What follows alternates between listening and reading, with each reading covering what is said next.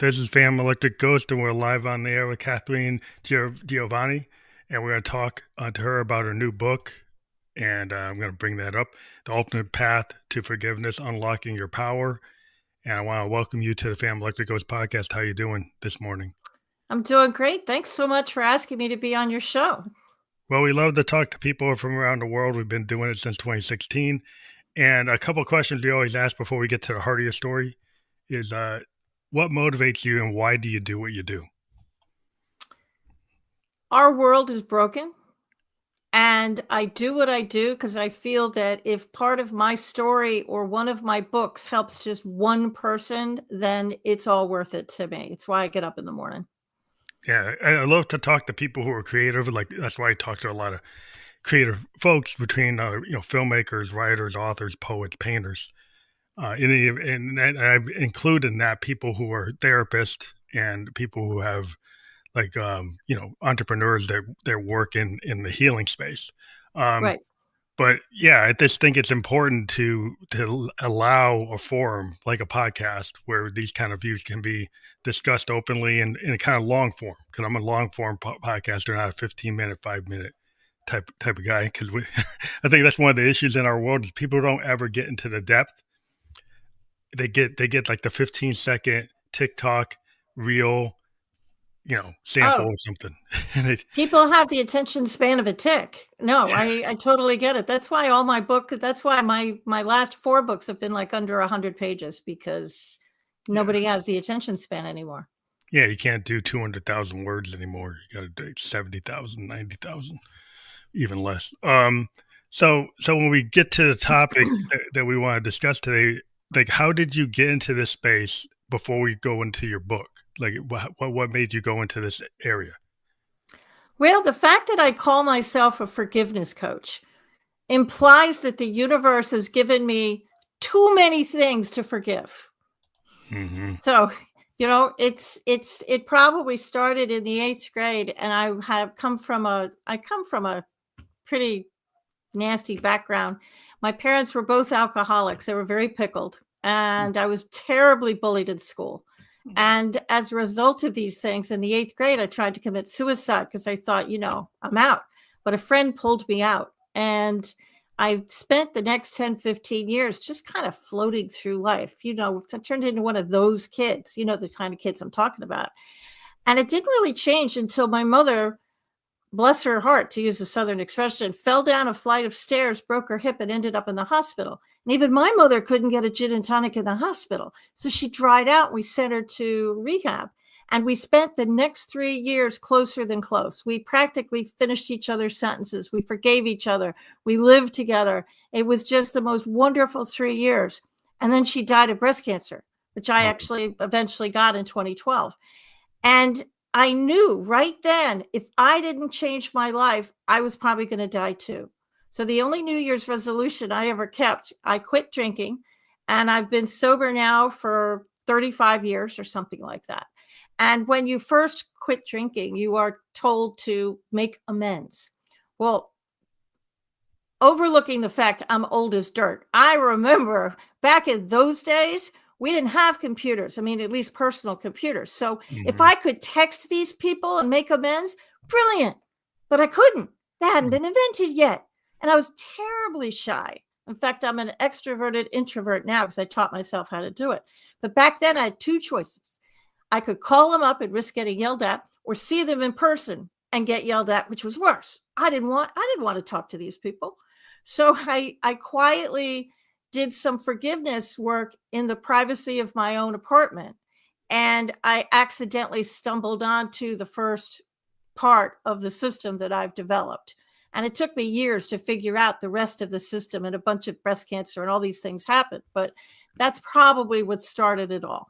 Started off. So were you always an author, or did I that? have I have been, well, yeah, if in college, if the exam didn't have an essay question, I was tanked because the essay question, I could always pull that off because I've Yeah, always been a good writer. Blue Book. Yeah. But I think I've written 12, and my last book is the first of 3. So I think we're on number 13 at this point. I'm crazy. I write about everything.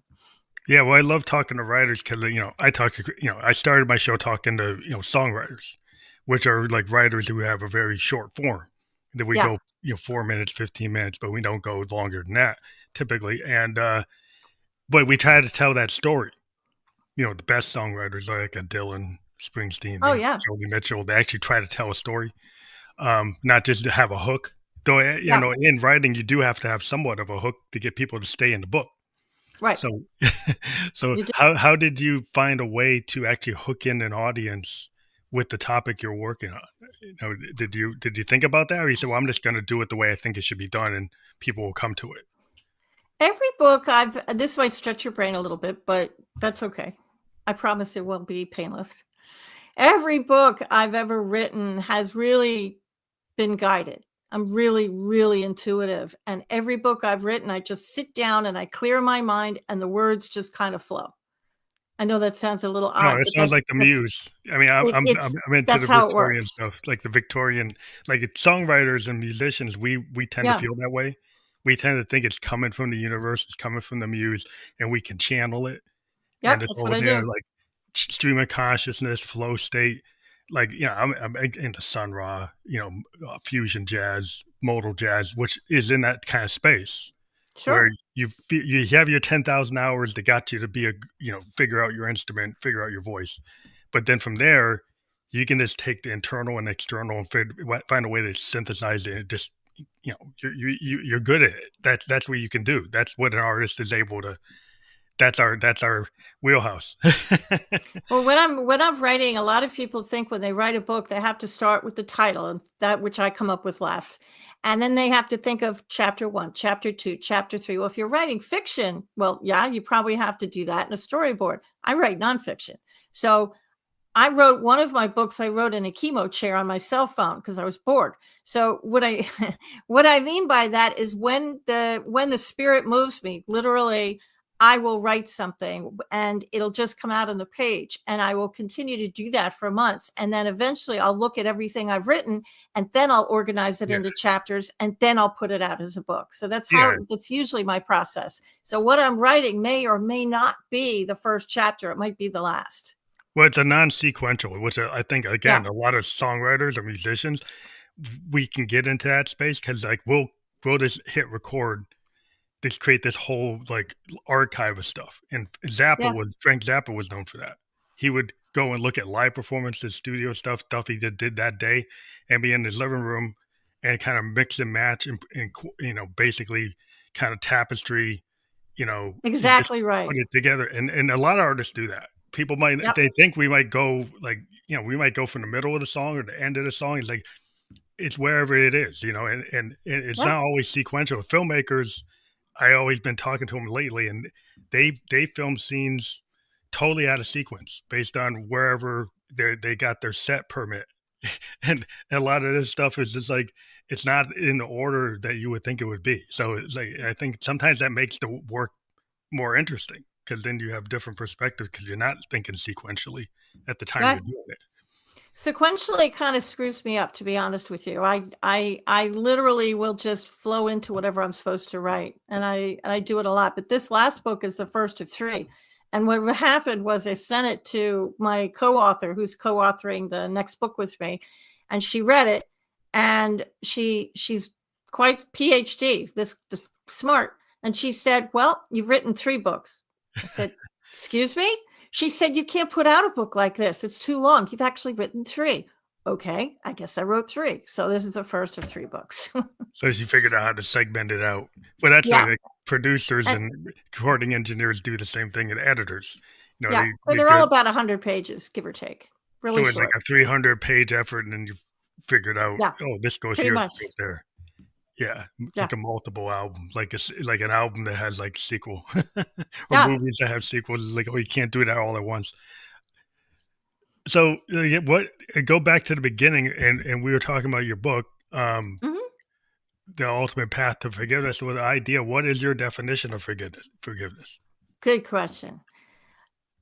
Forgiveness is a kind of a tricky thing because everybody watching this broadcast right now, everybody, 10 out of 10 of you are actually thinking of the person who hurt you the most. You're unforgivable. So on a 10 scale, with 10 being horrible and 1 being the easiest person, you're thinking of your number 10 person. That's who you're thinking of. And the thing about forgiveness, which is fair, the thing about forgiveness is everybody tells you to forgive. Your teacher, your pastor, your parents. Nobody teaches you how. Hmm. How? Give me a step-by-step system. How do I forgive? And what if I don't want to? And it's that unforgivable person, that one person that wrecked your world. I don't want to forgive them. Now what do I do? Nobody tells us how. I teach the how. That's really, and a few things about forgiveness, just a few little PSAs. There's some things out in the world that are actually not really quite correct. Just because I forgive you doesn't mean I want a relationship with you. Probably don't, right? I've got boundaries in place, man. Just because I forgive you, and this is a big one, doesn't mean all of a sudden I'm telling you you're correct. No, Hmm. it doesn't mean that I'm coming over to the dark side, as it were. It doesn't mean that I'm finally giving in and giving you a pass. You're still wrong. You're still a dumpster fire, and you still probably have to make amends of some sort. Forgiveness is personal. So the definition for me is very simple. I want you out of my head. That's my definition. I want you out of my head. I want to stop thinking about you. I want to stop dreaming about you. I want to stop obsessing about you. I want to live my life again. That's the definition. I just want you out of my head. So you got to get out of the bad loop and move That's it. to the That's it. present. Because a lot of times, like I'm a very present kind of moment, you know, mindset. I try to just clear my head, and when I get into work, I just kind of pull whatever's happening. And I know there's a lot of Right. stuff. It's like 95% of it is subconscious, and so whatever's going to happen is kind of coming from there, and you start to listen. Right. I think people have to learn how to listen to their inner self and to Right. the outer world. And a lot of times people preempt both. They don't really listen to that inner voice and they don't listen to the outer world either. They just have this like a lens they put over it and they only hear certain things. And you could keep your brain in a loop when and family messes you up, don't they? I mean, they mess you up. And, it seems crazy that something that happened to you when you were a kid by your parents or whoever, you're still affecting you today, 20, 30, 40, 50 years later. And it does. It's like your brain has these closets in the back of your mind, and they're all padlocked, but there's these unseen movies that are just kind of Yeah. turning on occasionally. And you turn them off if you knew they were there, but you don't know they're there. They're just kind of there. So the system is designed to help you unlock those closets and rid your brain of all these things. If you want to be more intuitive, everybody on the planet's intuitive. That's another book I wrote, because of course I did. Everybody has that little bird in your shoulder. The thing about listening to your gut feeling, that intuition, trying to figure out which direction you should go in, anger will block it. It Hmm. acts as a shield. And here's a visual for anybody listening. I'm about to just hold a coffee cup to the side of my body. This purple coffee cup represents anger and bitterness and regret and grudges and resentment. But when I first get angry, look at my body language. I can hold it off to the side. Hey, I can manage my anger. This is so easy. But if you don't take anything out of the cup, humans irritate other humans. So you're going to continue to put more anger into the cup, aren't you? So eventually it's going to start to get heavy. Now look at my body language. Now I'm using two hands to hold up the cup. Okay, it's starting to penetrate my thoughts. It's starting to mess my life up, but I can still manage it. I can still see opportunities. I can still see things around me. Well, if I still continue stubbornly to hold on to the anger, now I can't see you at all. My life has stopped. I'm Hmm. missing opportunities. Why? Because I'm focused on my anger. I'm missing dream relationships. Why? Because I'm focused on my anger. I don't see them coming. So my system is designed to start with the easy ones and work your way up to the dumpster fire unforgivable ones so you can get that cup back off to the side. Now look, I can see opportunities again. My world has started to open up. And I haven't even gotten to my unforgivables yet. That's what it's designed to do. I think that's really important because I think a lot of people they just we seem to be living in the age of resentment, being the Yeah, man. focal point of everything, and then people are just saying, "Well, I'm going to get rid of your history because it annoys me, like because it makes me upset." So Right. I don't want to deal with any responsibility at all. I just want to take that situation instead of processing, like as a musician, like I'll process a painful moment and cathartically turn it into a piece of music. That means I Yep. have to actually go into that moment and kind of feel it and use it. And then I move beyond it because I put it into the work and then I go to the next thing. Right. Other people, they take that when they say to hide it because they're ashamed of it or they're scared of it and they want to feel safe. So to be safe is like push it away or blame it on somebody else. Yep. They push it to the back closet of their mind. They put a padlock on it and good to go. But it's still there. You haven't gotten rid of it. And the thing about unforgivable, I'm the only one that'll ever say this to you, probably. You don't have to forgive the unforgivable. Shocker. No, but you don't. Why? Because there's many people, places, and things, and I did say places and things. Stay with me. I will explain that you can forgive before you even get to that person. We Hmm. do those people last because they're a bear. If this is a marathon, not a sprint, and those unforgivables, and you might be your unforgivable person. You might be your own number 10. You might have stuff in your background that you need to forgive yourself for. But there's a lot of other stuff that you can forgive before you even get there. So you start with the easy ones and you work your way up to the really, really hard ones, and you do baby steps. Yeah, it's kind of like I always mention this idea of the looking glass self is a Victorian concept of like Right, having that mirror and looking at that other you, which is you, and right. examining, okay, what are your triggers? Like, why are you sad? Why are you angry? And then figuring out, well, instead of like locking it away, using it to have a lesson learned, right? To process it, you have to kind of deal with it dead on. And a lot of times I think that people don't want to deal with it dead on because they feel it's like too painful to address. And so how do you get people to kind of, yeah, I guess you say, take the bite size, Let's talk about situation? that. First thing I want you guys to do is I want you to be alone in a room.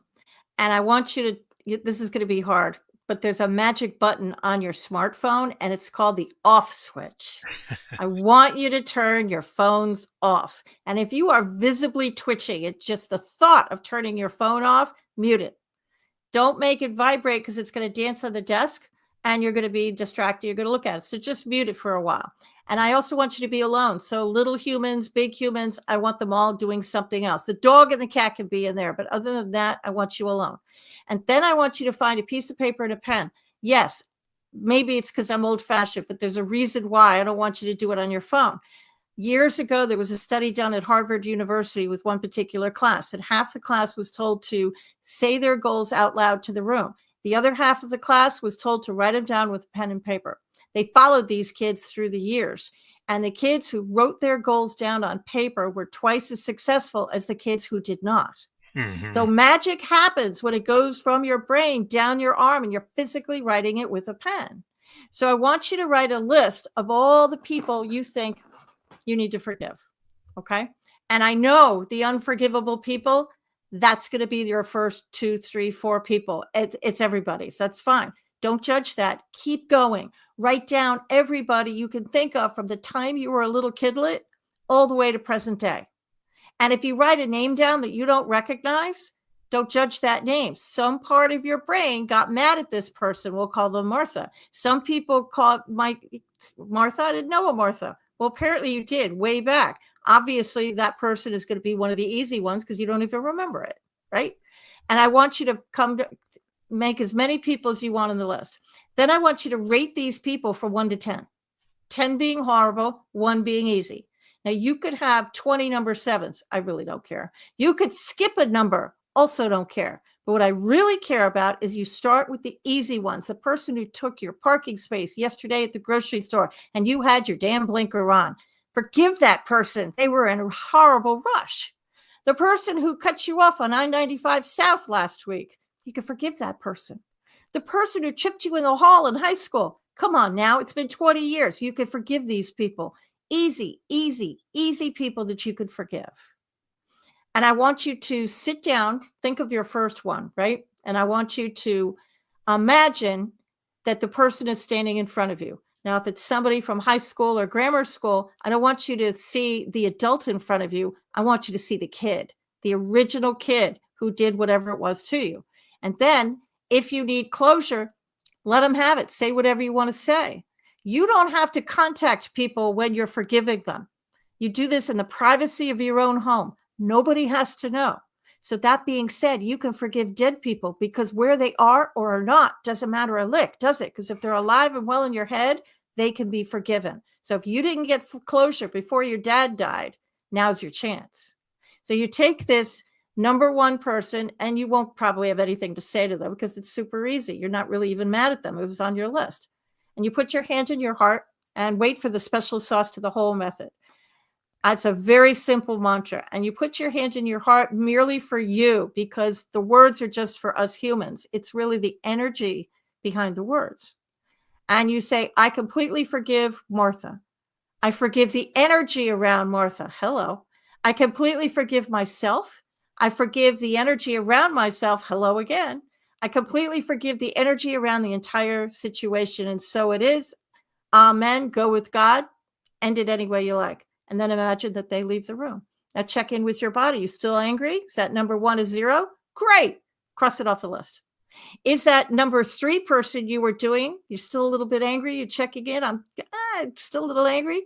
Put a 2 by their name instead of a 3. Wait 24 hours. Do it again. And this next one happened to a friend of mine.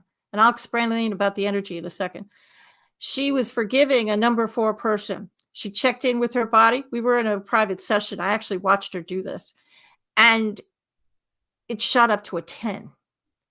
What happened? It's supposed to go the other way. Why did it go from a 4 to a 10? Well, you know that closet I've been talking about in the back of your mind with the movies that's playing? Forgiveness is like an onion, and there's many, many layers to it, and your brain is protecting you. It's like an overprotective best friend, so it protected you. And what you just did is you said the magic password, open sesame, and your brain is like, ooh, Catherine's ready. I'm going to open that closet and flood her brain with memories. And that's what happened. She remembered things and she immediately got angry. So we replaced it. We put a 10 by the name and she waited 24 hours. And I'll teach you how to forgive the unforgivable in a minute. And she kept taking shots at it. But that's the secret sauce to the whole thing. The reason you keep getting triggered. People come up to me all the time, say, I did forgive them, Catherine. I did the work. Yes, you did. But you're still getting triggered. You see them at a party. You get mad immediately. You see their face on Facebook or Instagram or TikTok. You get angry again. You get triggered. Why? You didn't forgive the energy. Einstein proved that energy is neither created nor destroyed. So it just transforms from one thing to another. And when you get angry, you assume that the energy leaves your body and dissipates. If you even think about it at all, nobody does. It doesn't. It hangs around your energy field. And everything on our planet has an energy field, including this little silver microphone. And forgiving the energy clears it. I think, yeah, there's a lot of, well, energy is a big thing and frequency. In my world, I'm a synthesis, so I deal with a lot of frequencies as a musician to try to see what happens when I use certain frequencies. I see behavior instantly if I'm playing live. Oh, so you get this completely. And so as a musician, once you realize that certain frequencies, and sine waves, ramp waves, pulse waves, different patterns, inverting patterns, converting patterns, like, you can see the immediate effect of what you put out into the space.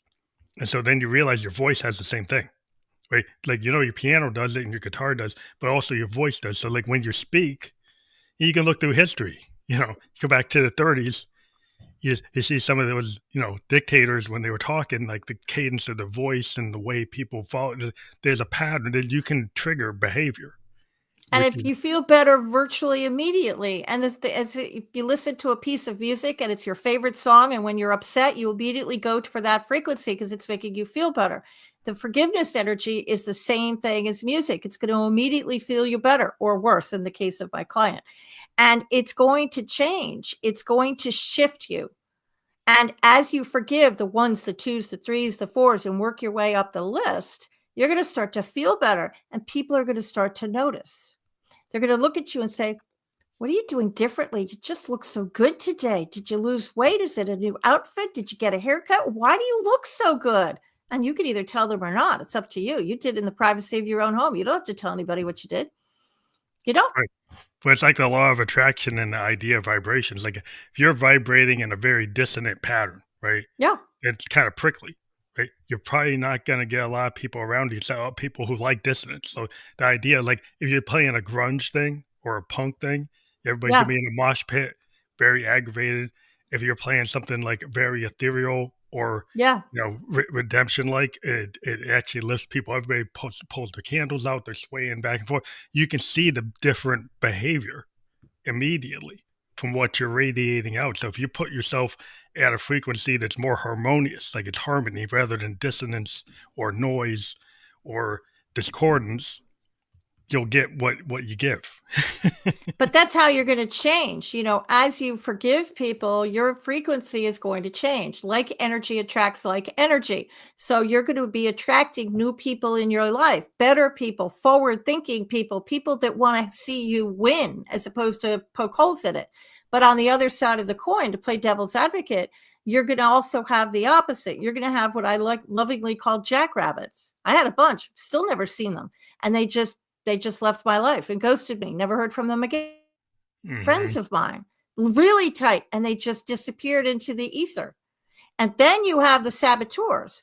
These are probably family or people you live with who love the old you. They don't want you to change. They're Mhm. perfectly comfortable with the way you used to be, the way you were as a kid. I don't want you to change. I like that hurt, broken person. So now Jim Rohn, who's a very famous motivational speaker, said you are the sum of the 5 people you spend the most time with. So who do you spend the most time with? Here's a really funny story. Like, it's really funny. I went out to lunch years and years ago when I was just learning about frequency and vibration and all these things. We went out to lunch, and I had already started my forgiveness journey, and I'd already started to forgive people in my past. And so this waitress came up to the table, and my business background. I retired in 2020, but I used to train concierge and customer service. So she politely went around the table and took everybody's off order till she got to me. When she got to me, the color drained from her face, and she went to the other side of the table, and she kind of barked her, "What do you want?" She kind of barked at me. So Mm. my concierge train immediately kicked in, and I sat up and I politely gave her my order. She ran back to the kitchen, ran. And I thought, Well, okay, it's a little odd. Maybe that's weird. she's maybe, and it wasn't even that busy. Even I looked around the dining room, there weren't that many people, and I thought, okay, a little odd. Well, maybe she had to go to the John. Who knows? I kind of ignored it. She came back with everybody's food. And again, very politely put everybody's plate in front of their body until she got to me. And she did the same thing again. She walked to the other side of the table, and then she threw my plate like a frisbee across the table, and it landed within the vicinity of where I was sitting, and all the food was kind of dancing, and some of it ended up on the table. And then she ran at a breakneck speed back to the kitchen. I fully expected her to come back and douse me with holy water or something. I didn't know what it was. And a friend of mine leaned over and just whispered, "She's scared of your energy." And I thought, oh, and what really had happened? And this is why bullies bully. This is why people get divorced. This is why you move from a job. The energy shifts. And it's not the energy of the other person, it's usually the energy in you. And you shift away. So the energy was so different than hers. It was kind of fighting each other like oil to water. And she literally couldn't be near me. Now, the opposite has happened. I've gone into the grocery store and I've been on, let's say, aisle 4, and it's empty. And by the time I leave, the aisle is 4 and everybody's reaching for the same thing I am. It used to annoy me, but now I know what's going on. So it doesn't annoy me anymore. But when you go to the grocery store, pay attention and play with this, because this too will happen to you. When you run into somebody who is not the same as you, they're not vibrating, they don't feel the same, they'll probably take a step back, or they'll probably hate you on sight. And you didn't even open your mouth yet. We've all had this Like the happen to bad us. vibes. You kind Yeah, of they got, yeah, exactly right. where you get this idea where you can feel it. Musicians, we kind of intuitive like that. Like when you have a group of people that you can actually work with. Yeah. It's And kind you of know when you can't. it's like nonverbal. And if I'm with a group of musicians and I don't have to actually tell them what key I'm in, I gotta give Wow. them the chord changes. They just know it. And then if I get with a group of guys and they're asking, like, what key are we in? wait a minute, you're a musician, you didn't do your 10,000 hours, you can't hear it?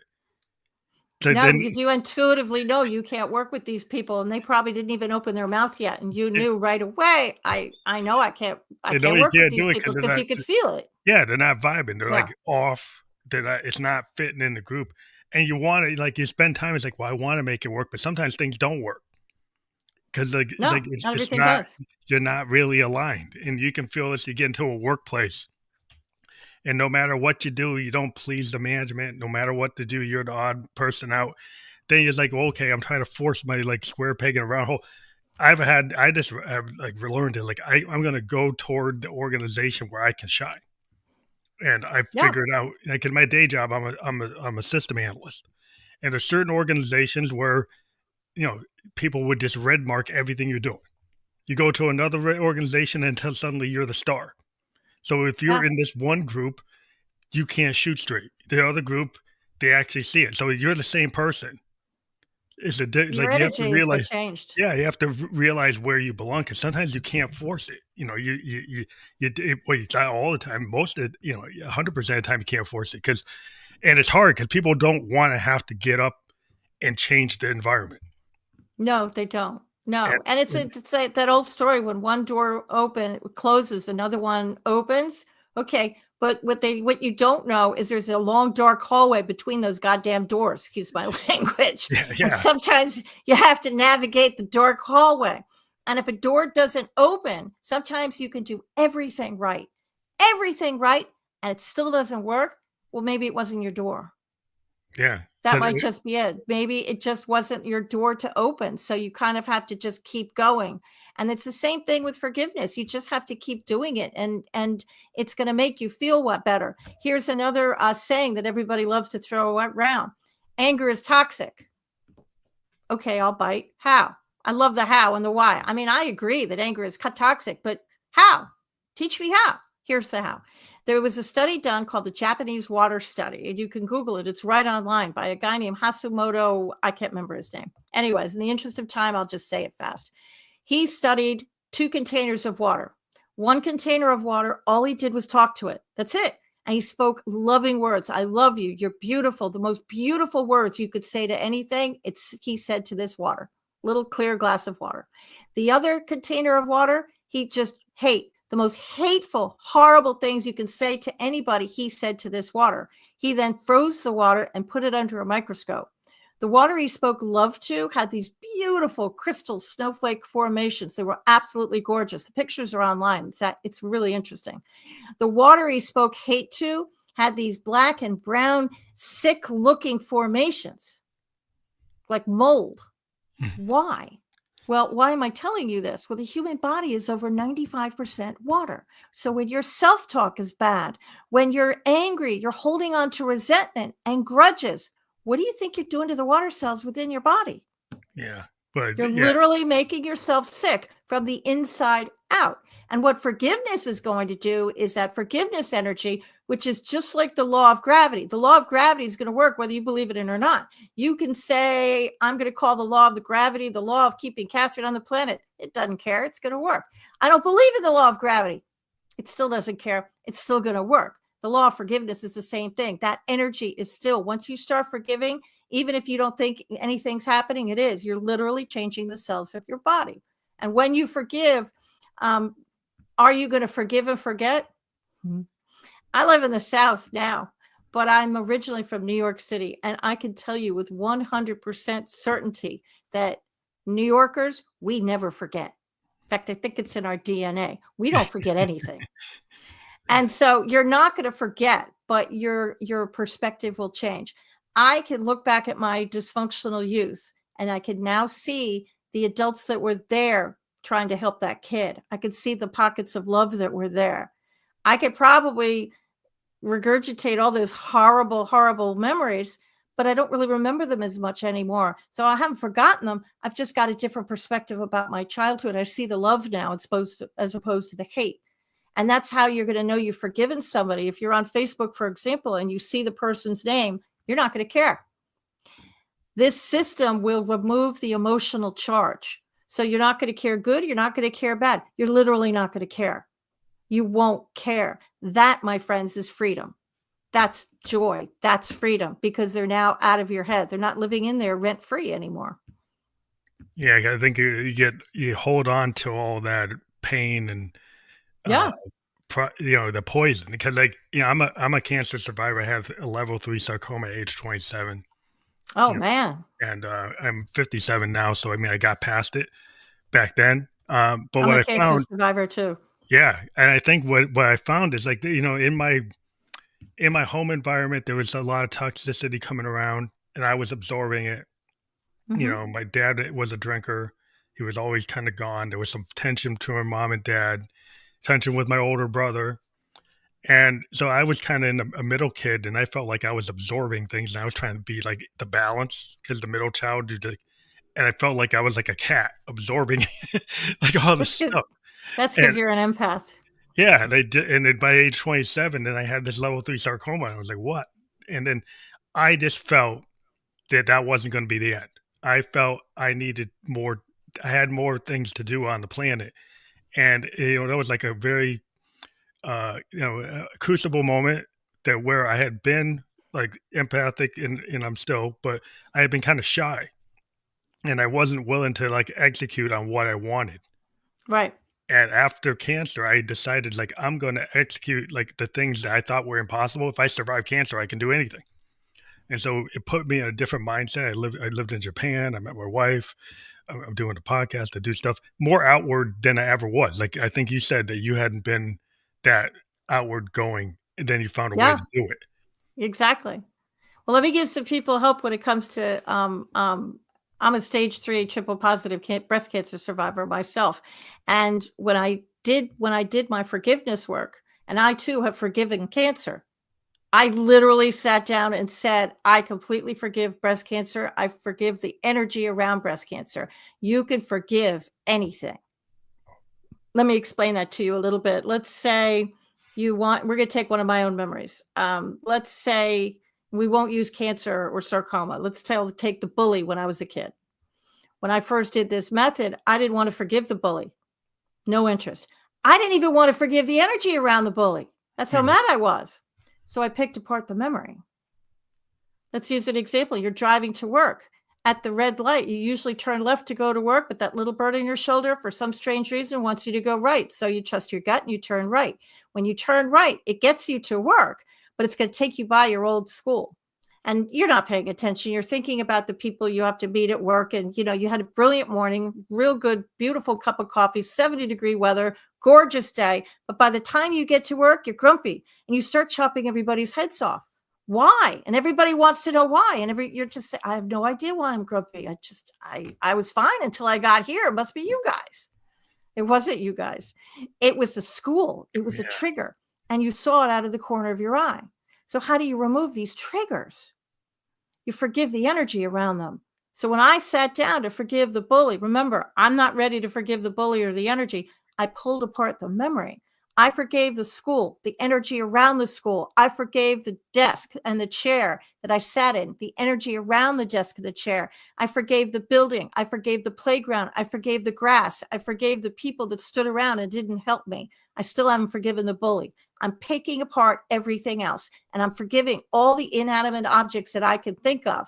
And that's bringing that number 10 energy. It's probably down to a 9 now. And I still haven't forgiven the bully, and I still haven't forgiven the energy around the bully. And if I check in with my body and I'm still not ready to forgive them, I will pick apart another memory and I'll do it again. I Mhm. forgave my childhood home. I forgave 1974 and the energy around 1974. Why? Because that's the year I tried to commit suicide. And I picked apart the memory, because this is the memory I'm using. And I picked all those things apart. I was still angry. So I forgave my childhood home, the energy around the home. I forgave the dining room table that we sat at, the energy around the table, forgave all of it. Was still a little angry. So then I forgave New York City, the energy around New York City, forgave myself, and eventually I forgave 1974. And now I can look back at my childhood and it's all I see is the love. So this is a marathon, not a sprint. But if you have an unforgivable act, there are unforgivable things out there that nobody can forgive, not even me. And I wrote the book on it. But you can forgive other parts of the memory so you can breathe again. Mhm. So you can actually kind of, you don't have to go from 0 to 100. You can take pieces and You make could piece it. you have little wins. It's the idea like a Yeah. lot of people are like all or nothing. It's like No, not in yes, this case. It's little wins. yeah, Just because take apart the memory. I think that's the problem is people want to see like an immediate erasure, right? Yeah, it's Immediate, not. Let's yeah, say you were attacked, and let's use a really horrible example. Let's say you were raped in a park. Okay, you're not going to forgive the rapist. For many few people can forgive the park, forgive the mhm, bench, forgive the sidewalk, forgive the city, forgive yourself for going into the park, forgive yourself for not making another choice. But yeah, you don't have to forgive the bull. You don't have to forgive the rapist. I mean, there are some unicorn people on the planet that can forgive these things. I am not that person, but I mhm. do know people who can. But pull apart the memories so now you can live your life. You can breathe again. And that's what you want. You want to live in joy, and you want to live in freedom, and you want to live in peace. This is one of the ways to do that. I think it's a real important way it said previously is like just because you forgive somebody doesn't mean that you agree that they were right. That's right. And Just I think because some I people, forgive you doesn't mean you were right. Actually, you're still wrong. You're really wrong. You're still, roaming the planet with Darth Vader. I mean, I don't want a relationship with you. A podcaster a while back said, "Okay, you forgave your father." I said, "Yes, I did. He was one of my number 10s." And he said, and my father's been dead for many, many years, over 20 years. And he said, "Do you have his picture displayed in your house?" And I said, "I have his picture, but it's in a cabinet. Just mhm, because I forgave my father doesn't mean I want a relationship with him, alive or dead. So I have his picture, but it's not that I don't want to see it every day. So I have it in a closet. And that's perfectly okay. I think That's that's what fine. where some people don't ever imagine that concept. They Yeah. they think that as soon as they forgive that they're kind of giving somebody a pass or they're allowing they're succumbing to them. They're kind of bending the knee to that, Yep. and you don't It's have to think that way, but no. I think it's like this, like, right or wrong, black and white, people not actually looking at the grays or I think there's this idea of expansiveness. If things are very expansive, you can look at things in a very holistic way, but people Yeah. tend to wanna get real precise and say, "Yeah," it's like an SAT, it's yes or no. You talked about, like, the blue book, that you like being able to have be able to write, that answer in the blue book versus, like, the SAT type of 5 elements, one of them's right, you know? You can forgive your mother. Let's just or your father. We'll keep using dad. Sorry, dad. We'll keep using dad. But I can forgive dad. Let's say he was still alive. It doesn't mean I want to call him. It doesn't mean I want a relationship with him. It doesn't mean I want to go to his house on Thanksgiving. I don't. But I have completely forgiven him. Buddha said, when you hold in hate, it's like drinking poison and hoping the other person dies. So you're really only hurting yourself. Your water cells you're changing them yourself inside. The person you're angry at probably doesn't care. They don't even know you're angry at them. And if they're a narcissist, well, they really don't care. So you're doing this for you. It doesn't mean I'm going to go to their party next week and wish them a happy birthday. They're still wrong. They Yeah, still have to do whatever it is. I'm doing it for me. I'm doing it because I was the one obsessing about it and I want to live my life again. You don't but have to bend the knee to them. You can forgive them and not go into that throne room. Just keep yeah. walking. I think the problem is that people kinda look at it in life as a SAT, that it's like, "Do you forgive? Yes, no." So they Yeah. assume if you say yes, then that implies the bend in the knee and everything they did was okay. The answer that you have is the open book answer, where that you're actually gonna write it out and you gotta explain it and it's a couple paragraphs long. Some people are like, "Oh, I Yeah. don't know if I can process that because I wanna know, is it yes, no?" Like a prosecutor in the trial. Is it yes, no? I know I want to tell you why this happened. No, no, yes or no. Did they do this? Yes or no? And I think that's where people get caught up in that kind of world. I agree. And I think it started when we were kids and we were in kindergarten or wherever we were, and some kid punched you in the eye, and the teacher comes over and says, "Now, children, apologize to each other and then go off and play." Okay, if they punched me in the eye, not only do I not want to apologize to this idiot, I don't want to go play with them. Yeah. But we connected some unseen dots because these teachers, no disrespect to any teachers out there, don't email me. It's just it's just a thought. But I think we all connected some unseen dots that shouldn't be connected. And then I had a gentleman come up to me at a conference once, and he said, "I don't agree with you." Okay, I'll play. I love this. I love this. Bring it. What don't you agree with? He said, and remember, I used to train concierge, so I'm pretty good at masking my emotions. And he looked at me and he said, "I've made a lot of money." And in my head, I'm going, "Okay, Okay. so?" That's the And he answer to said, everything. "I have a lot of houses." And I looked at him and I said, "Good for you. You know, great." And he said, "I have a ton of success." And I looked at him. I knew who he was. I said, "Yes, you do." And he said, "I built my success on my bed of pain and hate. That's my platform. Yeah. And that was the fuel that I used to get me where I am today." Hmm. Okay, let's talk about that. I'll play. Let's do it. There are two trains you could take. You could take the express train or you could take the local. Both trains will get you to your destination. But the local, you have to stop at every single stop. It's like going into a hotel. You're going to the 72nd floor, and some punk kid has just left the elevator. But before he did, he pressed every single button between 2 and 74. And Hmm. when you get in there and the door's shut before you can stop them, you have to stop at every single floor. You'll get to the 72nd floor, but you're going to be hot. You're going to be bothered. You're going to be bloodied. You're going to be a shadow of your former self. You could take that local train if you want, but it's not going to be pretty. You're going to run into every pothole. Wouldn't you rather get off that train and hop on the express? I submit to you that using forgiveness, joy, and love will get you twice as far, twice as fast than that horrible little local train will. You can still get there, but it's not going to be pretty. When people hold on to that as like a badge of honor, Yep, I I see did it a for lot of, years.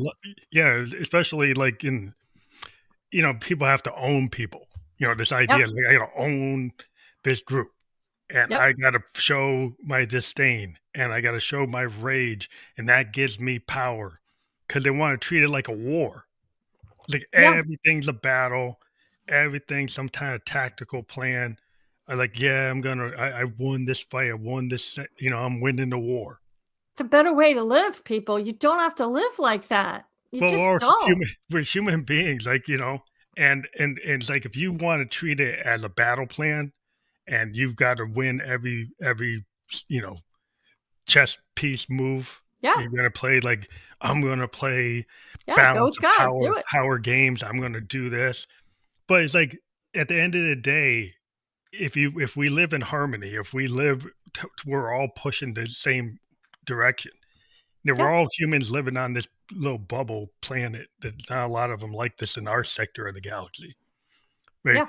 It's like the way you're going can mean that we're all going to be gone, right? Versus like, are we going to be able to live, beyond the dinosaur type of thing? Or are we going to create our own dinosaur situation? I would submit that going that direction with all that hate is going to give me what I want. At the end of the day, it is, well, I guess if you don't want to be here, it'll get you what you want. See, like in science, and this is scientific fact, like energy attracts like energy. So if you start forgiving and you start to spread the word about this forgiveness technique and you tell your family and you tell your friends, like energy attracts like energy. So before you know it, you're going to have a very large group of people that are positive and forward thinking. It's like the ripple effect. Yeah. The other people, they're always going to be there. But Yeah. just because they're behaving badly doesn't mean I'm going to. It's, I'm kind of, if I've been joking for years, if you want to feel better today, right now, in this second, you do two things: turn off the news and don't get on the bathroom scale. There you go. Well, yeah. Well, I mean, There because you go. people are getting triggered by all these things, right? So Yeah. they get in the news. Like, the bad news sells better. You can forgive anything on CNN. And I'm serious. Everything in this world is forgivable. You could forgive the CNN stories. You could forgive politicians, dare I say, not going there. You can forgive the war in the Middle East. What's it going to do for the war in the Middle East? Absolutely nothing. But it's going to do brilliant things for you. You could forgive anything. I had a client once who was going to a job. It was paying her mortgage. She couldn't quit because she couldn't see beyond it. And every morning she'd cry in the shower. She was so verbally abused by this guy, she didn't want to go to work. And I Mhm. said, you need to get another job. Well, and she started to cry more because it just, that was paying her. And she couldn't understand that by leaving, she could get 3 jobs instead of working for that one guy. And she eventually did leave and is fine now. But when she came to me, I said, forgive the shower, forgive the water in the shower. Start there. Baby steps. You can forgive anything. If what's going on in the world is pissing you off, pick it apart and forgive little things. Now, I do this practice every night before bed. And I really don't want you to forgive more than 10 people at a time. And if you're forgiving an 8, 9, 10 level person, only do one a night. Here's why. Do as I say, not as I did. I'm a little bit of an overachiever. Shocker. I know. Very shocking. And I wrote my list down, and I must have had 50 people on the list. And I thought, this is going to be great. I'm going to be like a phoenix rising from the ashes. I'm going to be a butterfly. I'm going to wake up tomorrow morning and I'm going to be a completely different person. Okay. The universe has an incredible sense of humor, and it did not work out the way I thought it would. I did forgive many people on the list. Sure, I did. I also spent the next 3 days in bed with what everybody thought was a stomach flu. Remember those water cells I was talking about? If you only do 10 a night, your body heals itself when it's sleeping, and it can easily remove that anger energy from your body while you're sleeping. But if you do more than that, you're going to get what a Native American Indian told me about 20, 30 years ago, energy sickness. And it's literally the dark energy is going to make you sick because your body is desperately trying to get rid of the energy and it can't do it that fast. So a lot of people, when they do this work, they feel their shoulders feel lighter. My son did. Some people feel energy move from their solar plexus, which, if you don't know, is right in the center of your body. Some people, may I politely say, are in the bathroom for a few minutes. You didn't eat a piece of bad fish. It's just your body's way of clearing that energy out. So just stay the course. You'll be fine. It's a lot of work to process, and I think some people like will always want something to be the magic pill with kind of instant gratification. Well, this is like a cleanse. You know, those Yeah, cleanses that everybody does? You know what a yeah, cleanse does to you. yeah, Hello. It's like eating a piece of bad fish. This is the same thing, except you're not drinking. I want you to drink a lot of water and smoothies and eat healthy. But this is like the ultimate cleanse. And if you're really trying to change your life, this is the path for you. This will do it. yeah. A lot of times it's like fear and safety. I think Yeah. leave people in that shower. Like example, like you're scared to go out of the toxicity that you know The because you devil you don't know know. is better than the devil you don't. Yeah, what's outside of that, and so you won't change your environment. You won't change Yeah. because it's like to get out of it is more fear involved, and we always are running from the wolf at the And people are addicted to fear. I mean, I had my story. I'm a survivor of alcoholism. I'm a survivor of suicide. I'm a survivor of cancer. Wow, it makes me sound like I'm just messed up. And yes, I've written books about all these things because if something I do happens helps people, then I'm happy to share. But now I can look back and I can see the love that was there. I haven't forgotten any of it, but I've kind of transmuted it at this point. well, you're able And to. Yeah, it's a you have to lens. be yeah, and you have to be willing. I have a lot of people that look at me and say, I don't want to go back there. I get it. My story is tame in comparison to some of the stories I've heard out there. It's tame, but Hmm. I'm only asking you to go back once or twice more because it's the past. It can't hurt you anymore. The past can't hurt you. So by going back to the past and reliving a few of these things, you're actually going to clear it. We've all been sensitized since birth to say, okay, if you're feeling negative things, you have to swallow it. Really, when I was a kid, if you cried, my parents were like, I'll give you something to cry about. Hmm. And we were taught to suppress all our emotions, and it was the absolute wrong thing to do. Yeah, it's like kind of suck it up and Mm-hmm. push it down. Where Yep. like the thing it's interesting you pointed out is like if you go in the past, you can find the love where you might have Yep.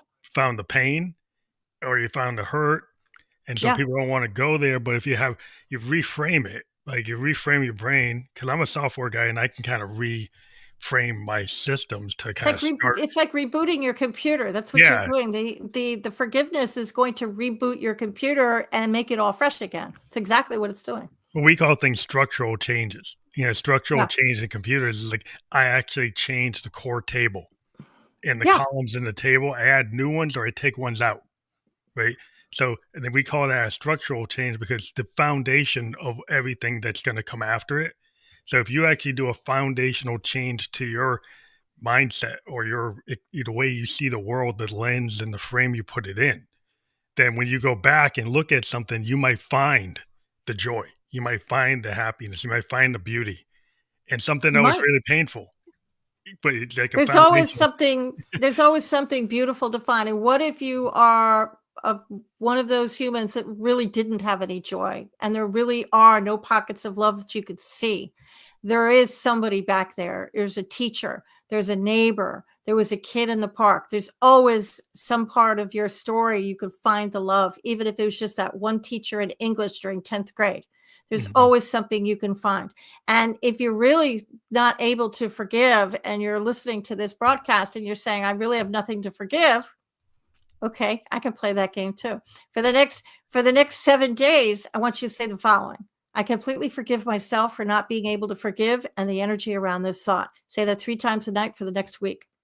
And what's going to happen is you may not have to even wait the whole week. Your brain is going to start to work because that's the magic formula. It's like a magic password. And it's going to start opening up drawers and closets in your mind. And you're going to start to remember things. And as you remember things, you could write them down. Now, Mhm. everybody has something but to forgive. Did your Super Bowl team win or lose? Did they lose? Okay, enough time has gone by. I think you can add them to the list. Forgive the team. Forgive that old boss you had in the turn of the boy, that sounds, when I say turn of the century, it makes me sound so old. I hate saying that. Well, around the turn of the century, in the early 2000s, you had that boss that was horrible that caused you to move to another job. Forgive that boss. Put him on the list. There's always something you can pick out and forgive. Yeah, because sometimes like that traumatic thing or the thing that made you pivot and you could be real angry, but like where it put you is Yeah. actually the better place. Like Yep. like I have gone from toxic work environments and eventually thanked that boss for being such a, being so hard to work with that opened my eyes and showed me how to work with difficult people. So Right. I It actually forced you got to change. a new playbook that if I ever see this kind of thing before again, that I don't necessarily get scared of it. I find ways to actually, kind of play chess instead of checkers and be able to, you know, play the political games where Right. if you're just looking at it black and white, like figure out the grays, figure out strategies, figure out ways to, be in life because life is not always going to be the, clear, easy path. That the No. hard things actually train you so that you have that playbook in the future that yeah, when something happens, I actually know what to do rather than being like a deer in the headlight, like, oh, I don't know what to Yeah. do. I don't believe in failure because I think that when something happens, when you quote fail, you either win or you learn.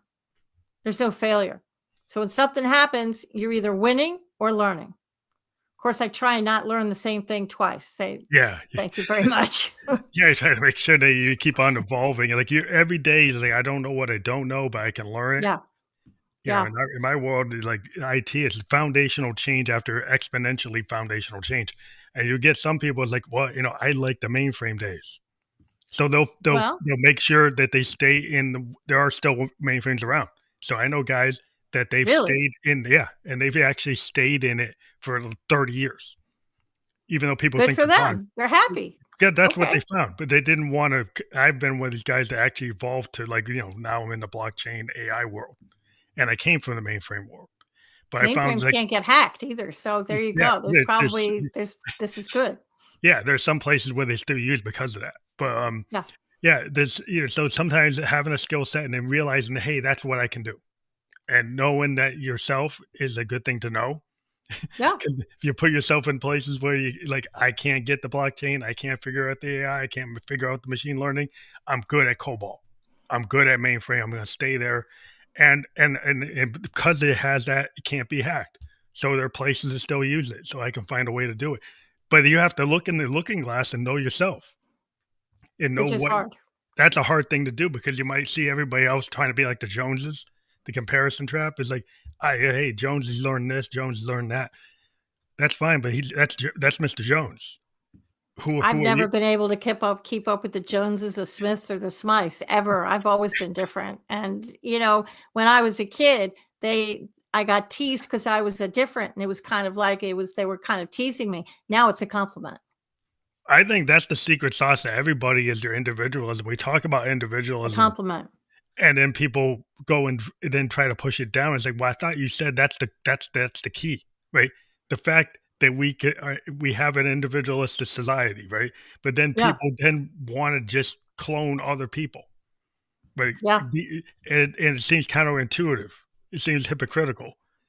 Well, it's You like know, saying rich people are bad, right? All rich people are bad. They're horrible people, but I want to win the lottery and become rich. Okay, you're canceling out the thought. The reason you're not getting all the money is because deep down inside, I you think it's think money is bad and rich people are bad, and you don't want to become bad like them. So you're canceling out the thought. It's the same thing. Yeah, it's like you find out what you could do. If you're successful, doesn't mean you have to be like the person that you despise, right? That's That, exactly right. that you could take it and you could be forward thinking and you could go and give to society and give to people and teach people. So if you're There out are there, people like that out there. There are rich people who are warm, friendly, approachable, and absolutely stunning, lovely people. yeah, and they give to They society, exist. they set up foundations, they help Yeah, poor people, they feed poor people, they work on sure. disease research. And so the They're idea there. that, yeah, it's like you don't have to be the guy that doesn't do that. Well, You could unless you be the want to, person, but you could be the person that does. Doesn't be whatever just floats your boat, as my mother used to say. yeah, and like yeah, because like if the more money you have, the more problems you can have if That's you right. don't solve the core issues you had. So just because you got the money doesn't mean that you won't be miserable. I've met a lot of successful people that are totally miserable. They They need have my all book. they have all the material things. They can go Yeah. travel, but they just like they don't even they hate their life. I'm like, so the money didn't fix it. No, they need my book. Give my book to them. They need to do some forgiveness work, and then maybe things will click. Yeah, yeah. So it's not always like black and white. There's certainly it's not going to always solve it That's without it. doing the hard inner work that we're talking about here. And then again, the ultimate path to forgiveness, unlocking your power, is your new book, and we do have your website. So if people go to katharinegiovanni.com, is that how they can connect with you and find out where they can get all your books? Yep, you can go to, and remember, if you're listening, Catherine is spelled a little odd thanks to my mother. Thanks, Mom. And it's Katharine Giovanni.com. And there's private sessions and blogs, and everything's on that website. That's awesome. And that'll be fully clickable in the podcast description on any channel that we're on. We've just been on Facebook, LinkedIn, and YouTube. We'll be on Apple Podcasts, Spotify Video Podcast, Amazon, iHeartRadio, many other channels by the end of the day. And we'll create a landing page for people to just figure out wherever they want to listen to it or watch it again. And I want to thank you for being a guest on the Fam Electric Ghost podcast. Thanks so much for having me. It was fun. Thank you.